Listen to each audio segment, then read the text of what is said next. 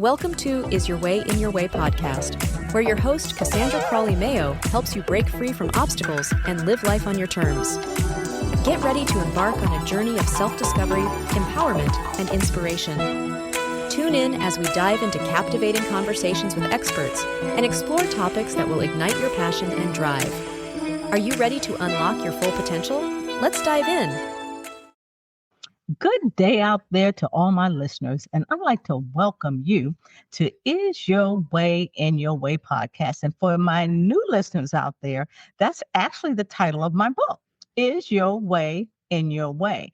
And I just want my listeners, new listeners again, to know that I am a transformational lifestyle mentor that empowers purpose-driven women who look good on the outside, but on the inside, things aren't working too well. You're stuck, you're burnt out. You know within your heart there's something else you should be doing, but you can't. And then what I do is support them moving forward with confidence, fulfillment, meaningful purpose, and greater clarity. And I always like to talk about topics related to personal improvement, empowerment. So I always pray that one of these podcasts will enable you to make a decision to say, you know what? I'm ready to move forward. I'm ready to do and live my best life on my terms. And probably one of these will help you figure out what that best life looks like. So today our topic is called Human Experience versus the Soul Lesson. And our guest today is Kerie Logan. Hi, Kerie. So Hi. Good to have you on as my guest. Yes, thank you for having me. I'm really excited to be here. Yeah. And I want to ask my audience this. What if the patterns keeping you stuck didn't start with you and could finally be broken? So in this episode, we're going to uncover how trauma, generational wounds, and even past lives can shape your reality, and how healing them can unlock the freedom for you to live your best life. And so Kerie and I have a lot of similarities. She recognizes and releases the barriers of individuals, the wounds of those limiting beliefs, and she also empowers individuals to stop being in their own way. So imagine that, how we connected. Kerie, before we get started, I'd like to read your bio so that my listeners will understand why you are so qualified to talk about what we're going to talk about. Kerie is a human consciousness guide with over 20 years of experience helping people heal from trauma, break free from limiting patterns, and step into a greater clarity and self-realization. She's an author, a certified clinical hypnotherapist, and the host of the Undetected Narcissist podcast. She brings deep expertise in trauma, informed healing, hypnotherapy, and spiritual growth. Through her work, she guides clients worldwide to silence that inner critic and heal generational wounds and embrace a life rooted in resilience, faith, and higher consciousness. Wow. This is going to be a kind of what I'm going to call a heavy conversation, listeners. Kerie, what was there anything in your backstory that was a trigger for what you've been doing for 20 years? Why are you doing what you're doing? What happened in your backstory for you to start doing this type of work, supporting people with mental health concerns? Well, I would have to say, if you went to a backstory, I did not grow up in a home that was very loving and supportive.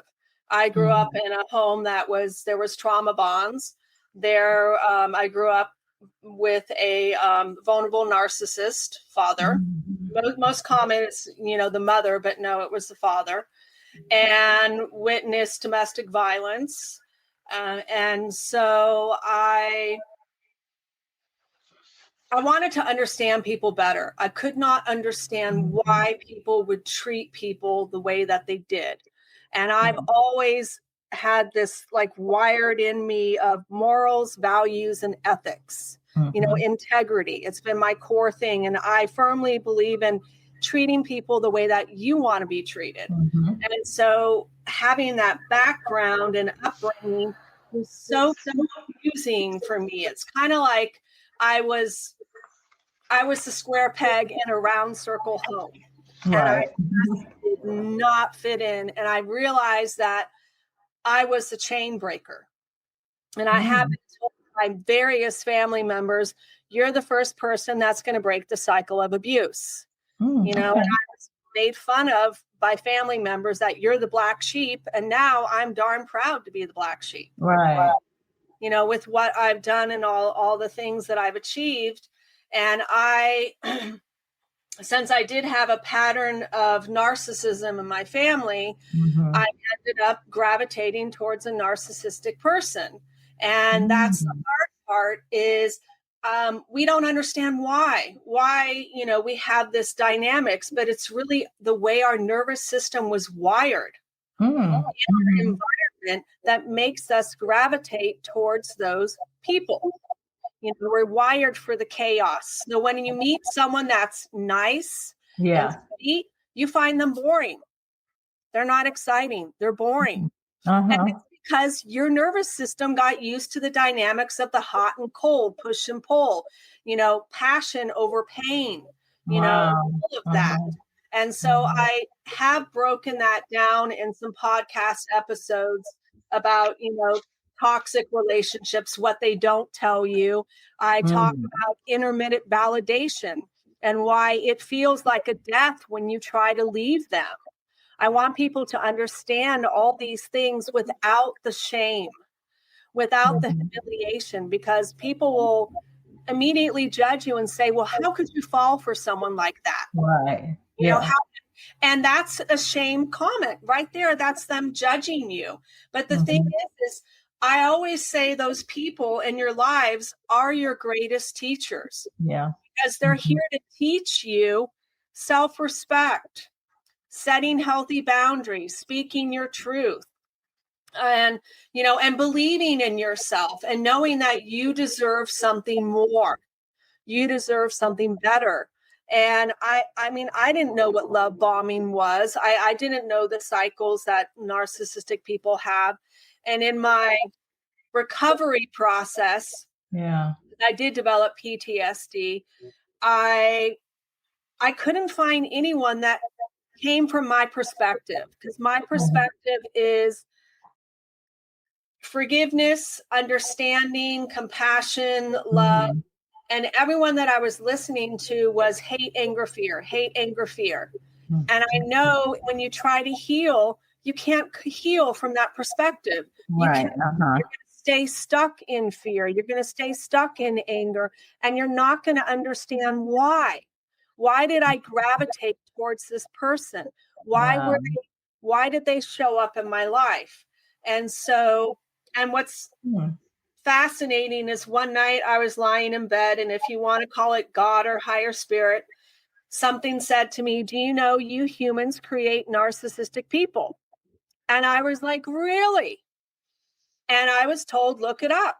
And I did. I looked it up, and they are by 3 parenting types: an authoritarian parent, an absent parent, and neglectful parent.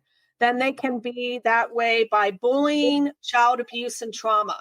So even if someone experiences trauma, can become temporarily narcissistic because you're stuck in your survivor brain, your lizard brain, and we are wired to survive. So I tell people, when you have PTSD, you can be temporarily narcissistic because you're trying to protect yourself. Right. Survival mode. Survival mode. There's no shame about that. It's only temporary. Only temporary. And I've worked with people that, have narcissism and are temporarily narcissistic, and they all thank me because who Mhm. wants to work with someone where immediately they're that way and they're going to judge you and they're going to hate Mhm. you and Right. they're going to stick a label on you. And I'm like, no, I'm here to help you heal. I'm here to help you better understand yourself and why you are the way that you are. So you don't Okay. stay stuck. So you're not still stuck in your way. I want to give you the tools and wisdom to, look at it from a higher perspective. Mhm. Okay. Kerie, let me ask you. Um, you had a professional and personal journey with self-discovery and self-realization. So tell us some of the stories about your journey of that personal, professional journey. You talked a little bit about it, your background, your backstory, and that was the beginning, perhaps, of you doing the work that you're currently doing because you wanted to understand why people are like they are. Like who would want to abuse? Who would want to hurt? Especially if you love me. What is love? You know? Right. Yeah. So kind of share some of those that journey, some stories.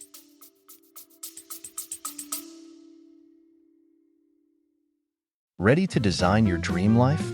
Join Cassandra Crawley Mayo's Create and Design Your Best Life workshop. Break free from self-doubt and obstacles and step into a life of purpose and fulfillment. Click the link in the description to register now. Don't wait. Spaces are limited. Start living your best life today.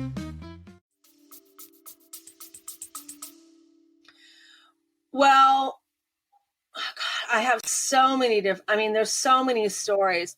In regards to the listeners, like these listeners that are stuck. So they're thinking, well, did I have some narcissism in my background? Did I have trauma? And I believe we all have some type of trauma, to a certain degree. So Oh, yeah. yeah, so I'm just curious to some stories that could my listeners could relate a little bit because they are stuck. They're burnt out. They look great on the outside, but on the inside, it's just not good. It's not good at all. So do you have a couple stories that could? Yes. Yeah, okay. So as I kind of shared earlier, my son has autism. He has ADHD. Yeah. He has PDA, which is pathological demand avoidance. And the hard part about that is PDA is not in the DSM-5. And I think it should be. It's under the umbrella of autism, but it's not. And PDA is pathological demand avoidance. And how that happens, and this is my hypothesis. I'm not, a counselor or a Yeah. psychiatrist or Mhm. psychologist, but this is my hypothesis, is it is formed out of trauma. Because Okay. everyone that I've interviewed and spoke to that had PDA when I was trying to learn about it did agree it was all trauma-based. And Okay. what happens is I'm your sorry. attachment, PDA is what demand? What is that? PDA. pathological demand avoidance. Okay. All right. And Mhm. actually, my husband thinks he has PDA also because he doesn't like being told what to do. And my husband is on the spectrum. He has Asperger's, which Mhm. is interesting. Yeah. Very high functioning man, was a chief financial officer, is retired. So, I mean, you can have, good Sure. jobs at Sure. that. But where I was getting at is when The story when about your a person has PDA, they will mask. And a child that has PDA will mask and pretend that everything is fine. And then when he goes back to he'll pretend everything is fine with the abuser. But when he goes back to the home where it's nurturing and caring, they fall apart. They literally, because it's safe, they can fall apart, they can express themselves, they can say what's going on. And I was dragged into court.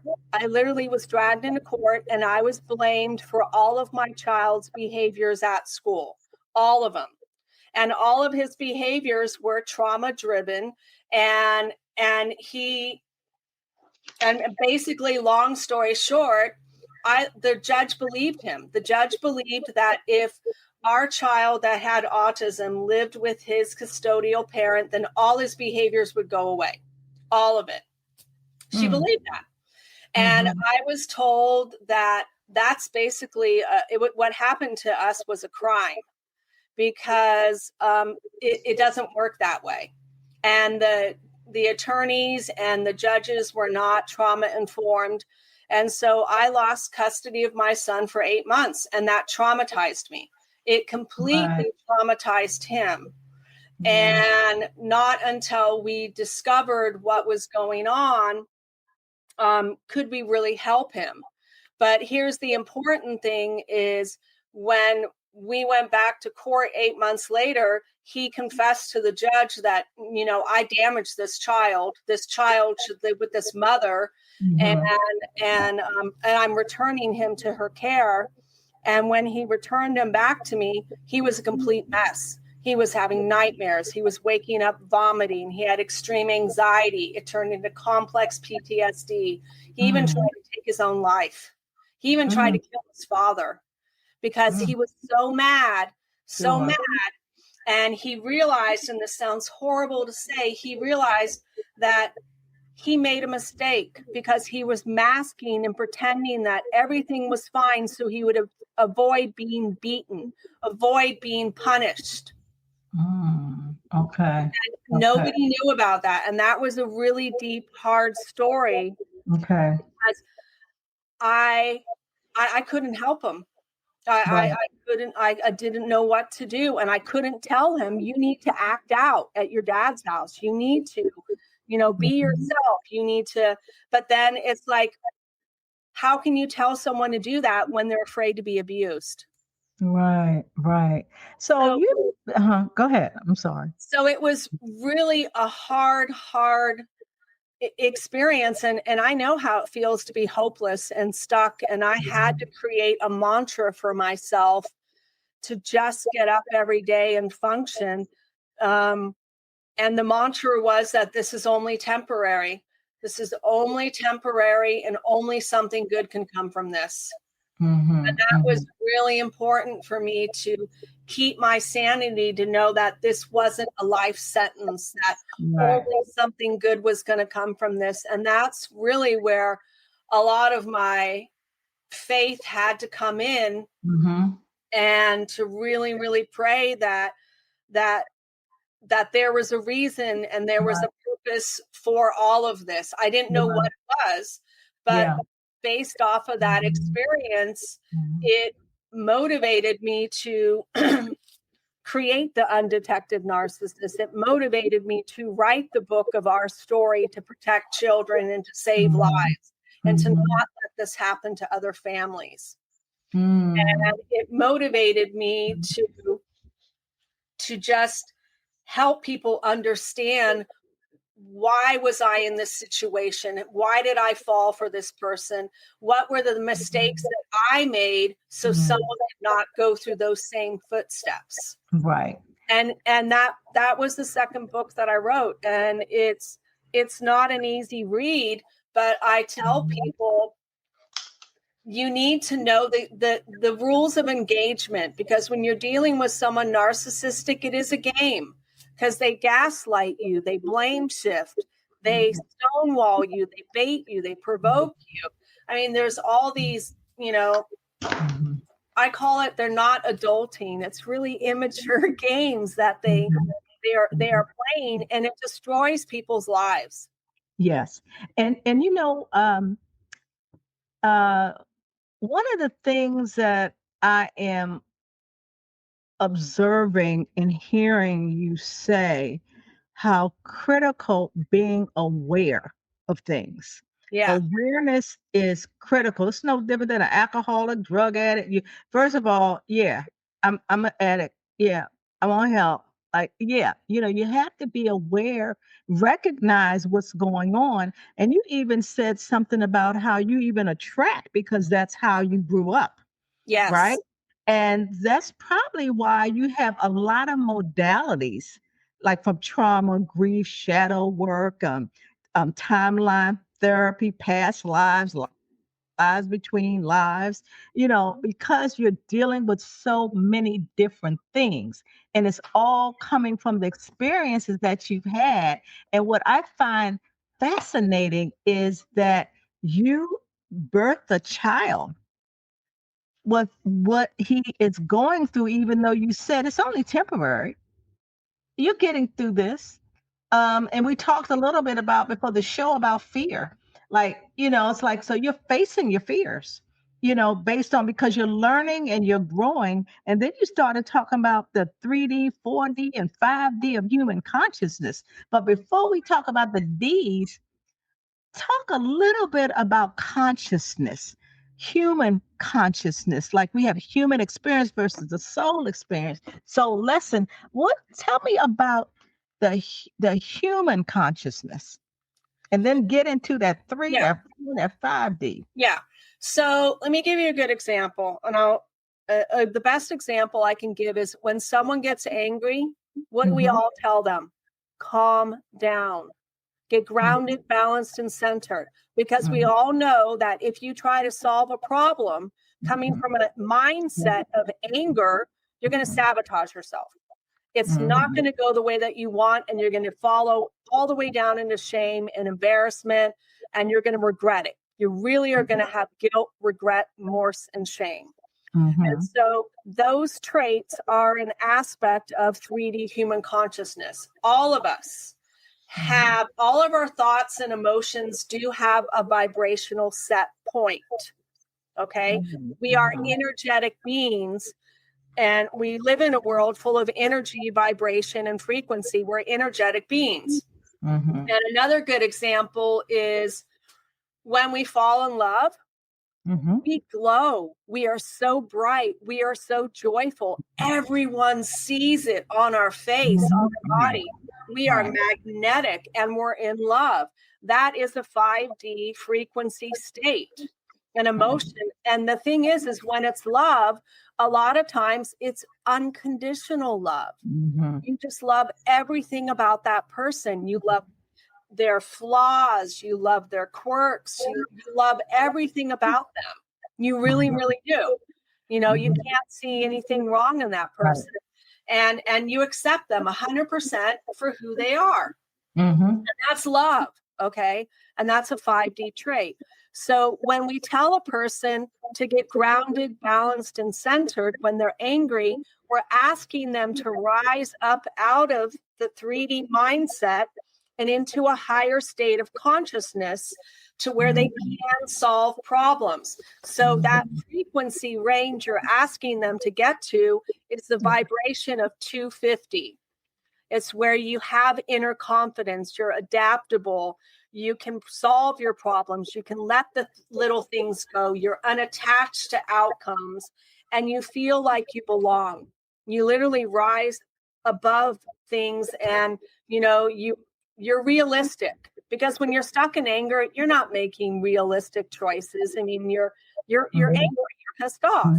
You really do need to get up to a higher state of consciousness to make a positive change. And that's 4D. Is that 4D? That is 4D. Okay. And these images actually are free on the website, Master the Upper Rooms. It looks like this. So this one is like 3D human consciousness. Okay. And then this one here is 4D. And then there's another one that breaks down all of 5D. And the 5D is the love, the unconditional love? The very first one of 5D human consciousness is love, and that vibrates at the frequency of 500. Okay. And what's the 4D? The 4D is the range between 200 to 400. So the first step is courage. That's the very first step, is the courage to do something differently. It's where you're curious. Where everyone's included, you are productive. People call them a hero. We call them warriors, people that have courage, where I'm going to get out of adversity. I'm going to stand up out of fear. That's courage. You have creative thoughts and you seek connections and you're goal oriented. A 250 is the one where you're grounded, balanced, centered, comfortable. 310 is where you're optimistic, you're upbeat, you're willing to change, you're passionate, you're hopeful, inspiring, you're open-minded. 350 is acceptance. And then forgiveness and emotional calm, you're level-headed. And then 400 is you're a reasonable person. You have emotional intelligence. And what I tell people is all the tools you need to solve all of your problems are in 4D human consciousness. And it's not just for you, but for the people that are in your life. Okay. So we need to be more forgiving. We need to be more accepting of ourselves and others. So how does one forgive the unforgivable? It's a really good thing. You've got to look at it is that person is your teacher. And what are they here to teach you? Okay. And so I did an episode on the undetected narcissist about how to forgive the unforgivable. And I tell you exactly what I did around my father and how and what I said and how I did it. And I incorporate what you call the Ho'oponopono. Have you heard about that technique? No. It's where I'm sorry, I love you, please forgive me, thank you. And when I first heard that mantra, it really confused me because they've been doing this on prison guards and it's been changing their lives. But the key factor I found how to make it work is you need the why. Why? Why do you want to tell a monster, I love you? Why do you want to tell a monster, I forgive you? And so how I formulated it is it would be like this. I'm sorry that I disappointed you and I couldn't be the daughter that you wanted me to be. Please forgive me for that. And I'm sorry that my boundaries upset you and it pushed you out of a way that made you feel uncomfortable. And I'm sorry for that. I honor me more than I honor you. And I love you because you created me and I'm doing amazing things in this world. So thank you for that. Thank you. So that's the methodology to forgive the unforgivable. Like you talked about your dad, I love you, you birthed me, blah, blah, blah, blah, blah. Yes. Okay. All right. Well, I want to get to human experience versus the soul lessons. And I'm kind of thinking it has something to do about that teachable moment. Like you talked about, right? So versus that. So the human experience versus soul lesson. Tell us let's unpack that a little bit. The human experience. Yes. So let me give you I'll actually share a story. And I did a podcast episode about it where a friend of mine, I used to be his boss. I mean, before I did this, I was in the wine industry. I was a bigwig. I used to oversee the sales force for the state of Oregon and Washington. And he found out what I was doing and he wanted to have lunch with me and chat. So we're sitting down at lunch and he's talking to me about his second divorce and how horrible it is. Horrible, horrible, horrible. He's stuck in guilt and remorse. He's stuck in the salvation attitude because his now soon his ex-wife, second ex-wife, was a drug addict and wasn't willing to change, didn't want to go to rehab or anything. And he still loves her unconditionally. And I sit there listening to his story and I looked at him and I said, what lessons did she teach you? And do you realize she gave you a gift? And do you know what that gift is? And he looked at me so shocked, like, what are you talking about? And I said, well, I've listened to your story, but she taught you a lot. She's been your greatest teacher. And you've learned the hardest lesson of all of unconditional love because you do still love her. And that's a really hard lesson to learn. And so I said, the gift that she gave you is you just sat here and told me that you were feeling so bad for the past 2 years, trying to help her, that you could have went to alcohol, you could have went to other addictive behaviors, but you didn't. You actually found prayer. And you started praying and talking to God daily. And you just sat here and said, you walk with God every day. And I bet you before that experience, you were just, God was like a takeout order. Whenever you wanted, you just call for takeout. That's a gift. That's a gift. Okay. And I said, and so what else has she taught you? What are the other lessons she has taught you? You know, is it that you deserve more? You need to learn about trauma bonding relationships because you were in a trauma bonded, marriage. You know, what else did she teach you? And when he walked away and sat with it, he finally texted me one day and said, I get what you mean. I get it now. I get it. My list is endless. She taught me so much. Thank you. Okay. So he got out of the human experience of feeling like a victim and into a place of empowerment that, yes, she did teach me that I deserve a lot more. That I deserve to be unconditionally, just like I love her unconditionally. I deserve that back. Right. So, okay. It's like transitioning that pain into power. Yes. Okay. Exactly. He transitioned the pain into power, where he looked at the pain from a higher perspective because he wanted to understand her. And I said, she is a profound teacher. Profound teacher. You don't like what she has to teach, but that's why she's here. She chose this life to be that profound teacher.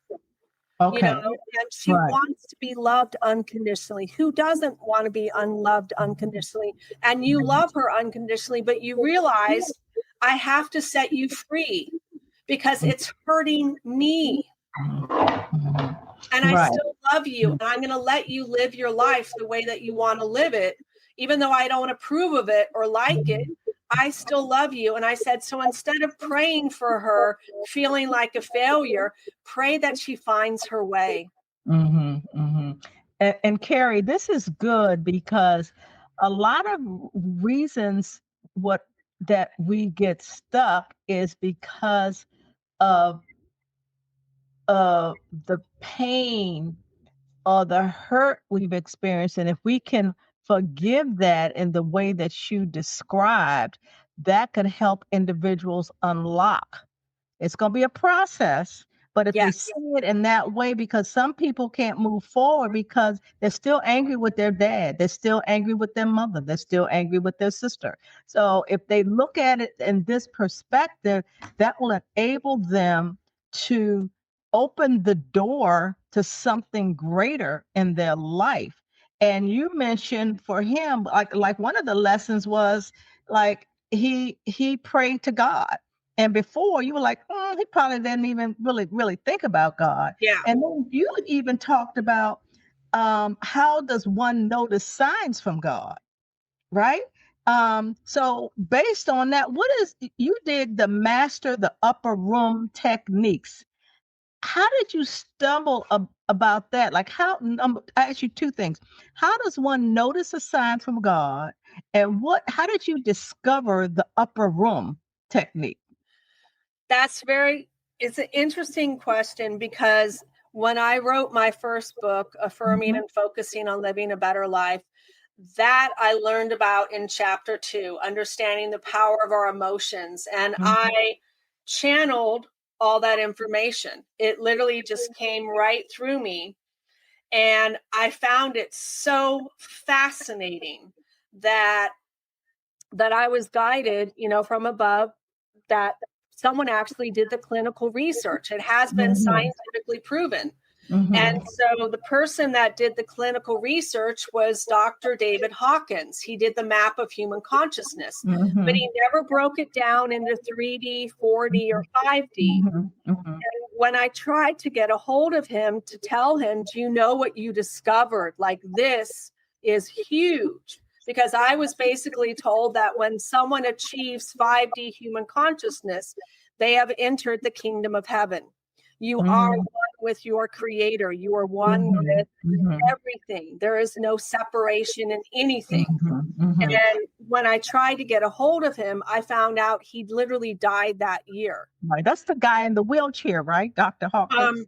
No, that is someone else. Okay. Dr. David Hawkins. No, he's a different gentleman that he did lots of clinical trials on it. Sounded familiar. Okay. Yeah. And so because he wasn't around anymore, I was guided from above to start coaching people to have everyone aligned to the vibration of love. Just have everyone do it. And I was told to literally create these images, like take it and break it into a chart where people could understand it and comprehend it better and use it as a tool. You know, you figure out where you're stuck on the 3D chart, and then you look at the 4D chart and you figure out, what do I need to do for myself? Or what does this person need from me? Do I need to be, you know, like if you're stuck in a rigid mindset, am I maybe being too harsh and judgmental where I really need to accept this person?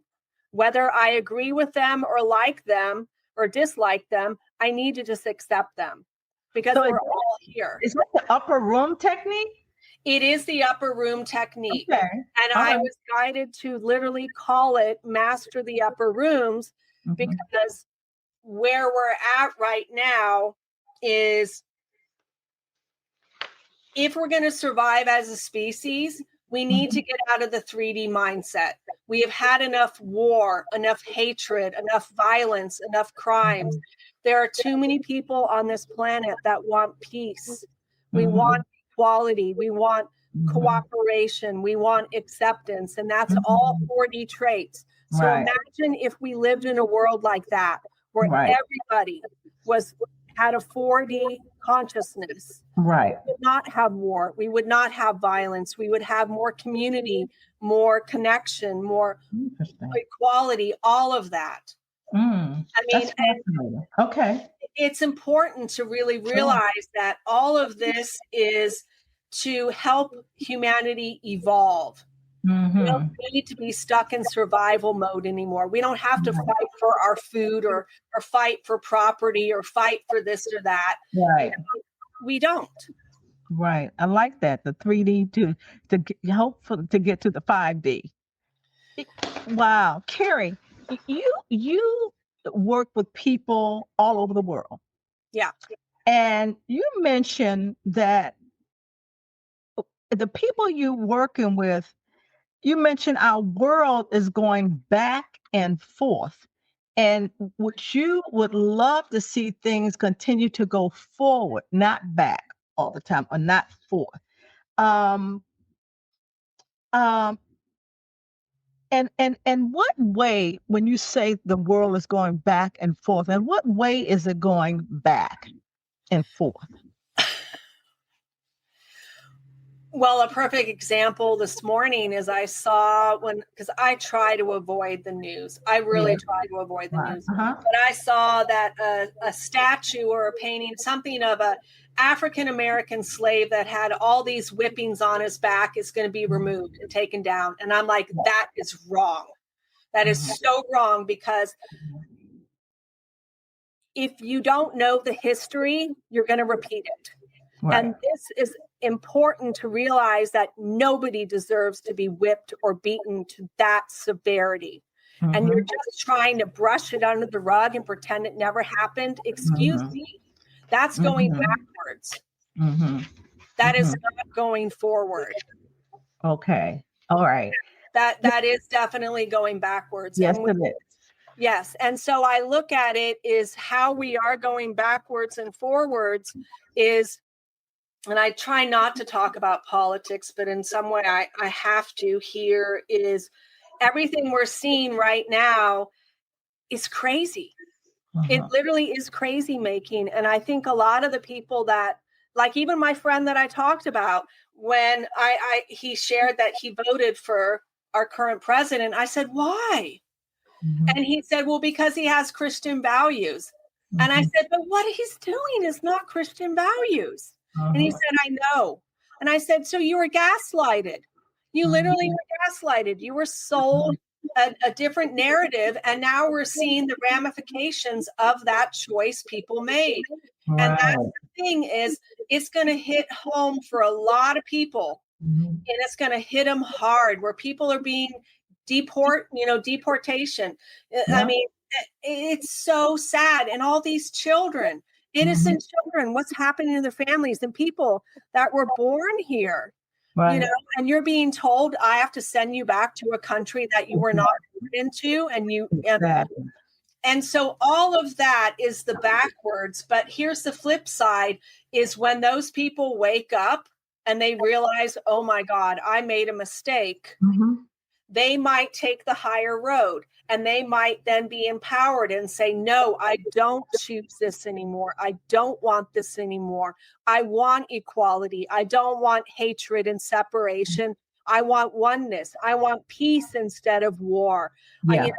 No more. I'm tired of the violence. I want to be satisfied with life. You see where I'm coming from? Yeah. So when they want no more, what should they do? Like, I'm tired of this. I'm tired of the way he said he was a Christian, but he's not demonstrate the values. And then you said, well, based on that, then they'll learn and they should do something. Then what do you think they should do? What can they do? Well, one, I would say, like if you're a person that believes in prayer, I would ask for forgiveness.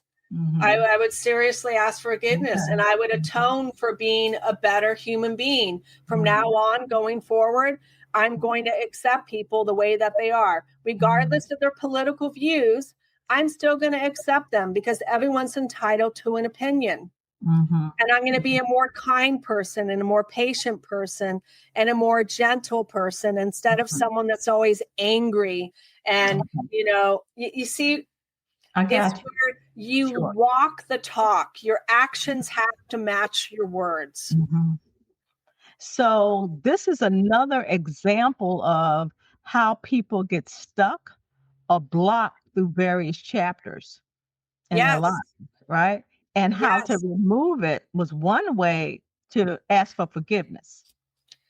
It is, because all of us, we're not perfect. We all make mistakes. We do. And the thing is, forgiveness just isn't forgiving other people. You got to forgive yourself. Right. And we talked about 5D, about that love. And one of the things you talk about is how to align your vibration of love, how to shift your perspective from hate to acceptance.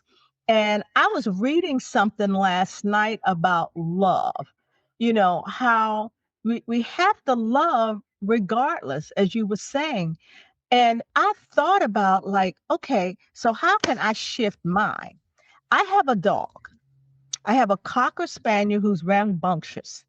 Love him madly. He is the craziest dog, but I love him. He's just amazing. He could do anything, and then I want to go hug him. And I just started thinking about how unconditional, like they love us unconditionally. But I was thinking, now I love him. I really love him. So how can I transition that love that I have of my dog, where many people said they're human? I mean, he's definitely part of the family. And then I started thinking, so I'm like, okay, so when I go to people or run into people, if I can think about how much I love Max, can that transition, So I'm curious to, how do you align that? How do you, that's how I shifted my perspective last night. It's beautiful. Yes, it is. Okay. And how would you shift your perspective? What would you do? What do you suggest to your clients on how to shift the hate to acceptance? Was it like your friend with the wife? So let me give you an example about dealing with someone that's difficult. Okay. So I love my father. I don't like him. And what I don't like is how he treats people, how he talks to people, all of that. But I do love him. Okay. And when I'm around him, I just focus on emanating the vibration of love. I am the embodiment of love. I am the presence of love. And whether he feels it or not, it doesn't matter. It's more about me, the state of me, my embodiment. And when he says things that are nasty, I taught myself a technique, and I teach my clients this, and I call it seeds blowing in the wind. And here's the example. When we're around someone that's toxic or dysfunctional, and what you do is you want to make sure you are grounded, balanced, and centered when you're around them. If you're in a bad funk, you're not in the right state of mind to be around them. Right? You got to really be self-aware. And so when they say something that would trigger you to react in a way, think about it as a seed. And the only one that grabs it and the only one that waters it is you, with your anger and your doubt and your bitterness. And it grows roots and it festers, and you are just, ugh. Yeah. So what I've learned to do is when I see that seed, I look at it and I let it blow on by, because I want to sleep at night. I don't want to let that person get their claws in me or their hooks in me. I let it float on by. And I just let it go. And that's accepting them for who they are. Yeah, I hope I can say this. Yes, that person's an asshole. I just let it blow on by. And I don't feed into it. I don't respond to it. I don't give any energy to it. I just let it go on by. And it's amazing how your silence has so much power. Because they expect a reaction out of you. They expect you to fight back.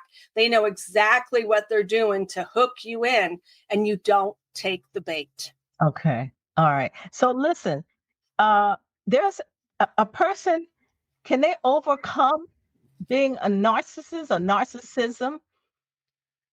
Or do they have to be aware of it based on your experience? Do they care?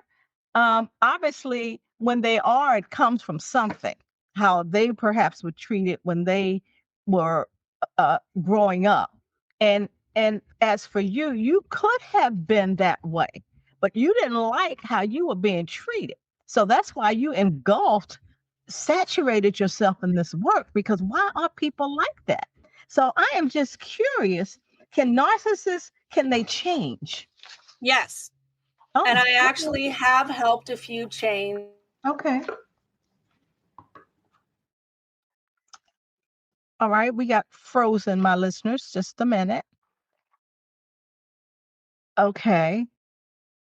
Just a minute. We hoping Kerie will come back. This is still recording. Okay. Okay. Okay. We're back. Okay, so good. I had one gentleman come to see me that has extreme anger, and he is on a domestic violence plan, where he literally got drunk one night and blacked out and woke up the next day in handcuffs, didn't know what was going on. And so when I talked to him, I discovered he did not know what reactive abuse was. And I said, well, you experienced reactive abuse. So I unpacked that for him. And he told me that his wife and his kids tell him that he's a narcissist, and he doesn't know. Nobody likes that word. So when I went to my website, Undetected Narcissist, read about, well, this is what a toxic partner person looks like, their behaviors. He was like, check, check, check, check. And I said, okay, so you are one. And he's like, yes, I am. And I said, but you can change, and I can tell you how. But the thing is you have to be willing to do the work. Right. Your actions have to match your words. All right. Okay. Yeah. And he did have childhood trauma. He learned those behaviors from his dad. But the thing is he said the one area where he's important, he's like, my dad would beat his women. And he's like, I've not once laid a hand on my wife, not once. And I said, that's very good. At least you broke that chain, that cycle right there, because that was probably passed down from generation to generation to generation. Right. Wow. So, my listeners out there, just think about, what this conversation was about the human experience versus the soul lessons, and think about what the experiences you've had that may keep you stuck because you can't get out of your way about it. And just think about the techniques that Kerie talked about, the 3D and the 4D and the 5D, and just know you have to work on it. Just know you have to be aware of what it is that has you in this position. And then from there is when you can do the work. And so, Kerie, tell my listeners how they can get in touch with you. You actually have a call to action, if I'm not mistaken, on your website. Yes, I mean, I offer a free 15-minute consultation. Anyone wants to chat with me, you can. We can chat over the phone. We can chat over Zoom. And you tell me your pain story and I tell you what I get.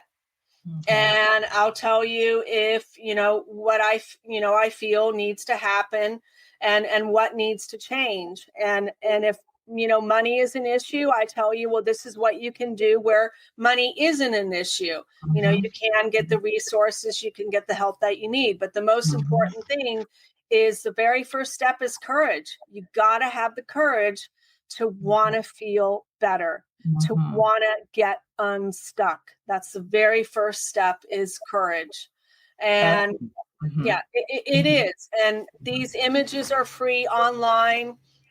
I recommend, if any of this speaks to you, listen to the podcast, The Undetected Narcissist. I got Healing Happens in Layers. I'm going to post something next week about generational trauma. I'm going to mm-hmm. unpack all that.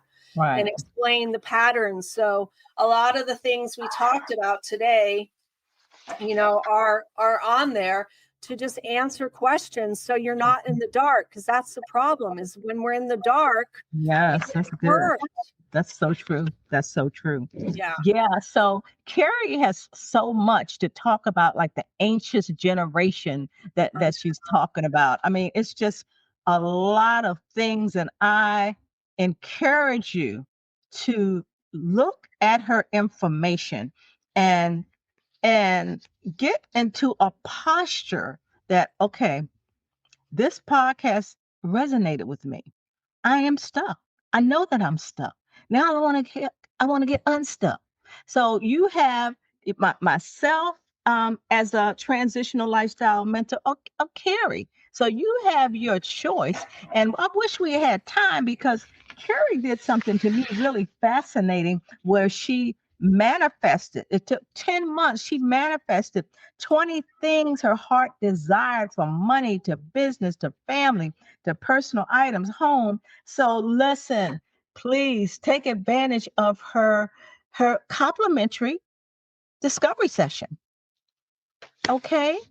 Well, Kerie, thank you so much. It's so knowledgeable. I have learned, and if I've learned, I know my listeners have learned a lot. And as Kerie indicated, listen to this podcast. Share this podcast with someone that you know that it will be in their best interest. And as I always say, Kerie, to my listeners, bye for now. God bless you. I love you. And Kerie, thank you so very much for your input. I loved it. Thank you. Thank you. Many blessings to all of your listeners. And I hope that everyone gets unstuck and lives a life that they enjoy. Absolutely. Thank you. Hey, thanks for listening. If you've been enjoying our empowering conversations, make sure you don't miss out on future episodes of Is Your Way in Your Way podcast. Stay in the loop with all the latest episodes. Join our mailing list over at CassandraCrawley.com. And before you go, hit that like button, share with your friends, and subscribe now. Until next time, let's get ready to live your best life.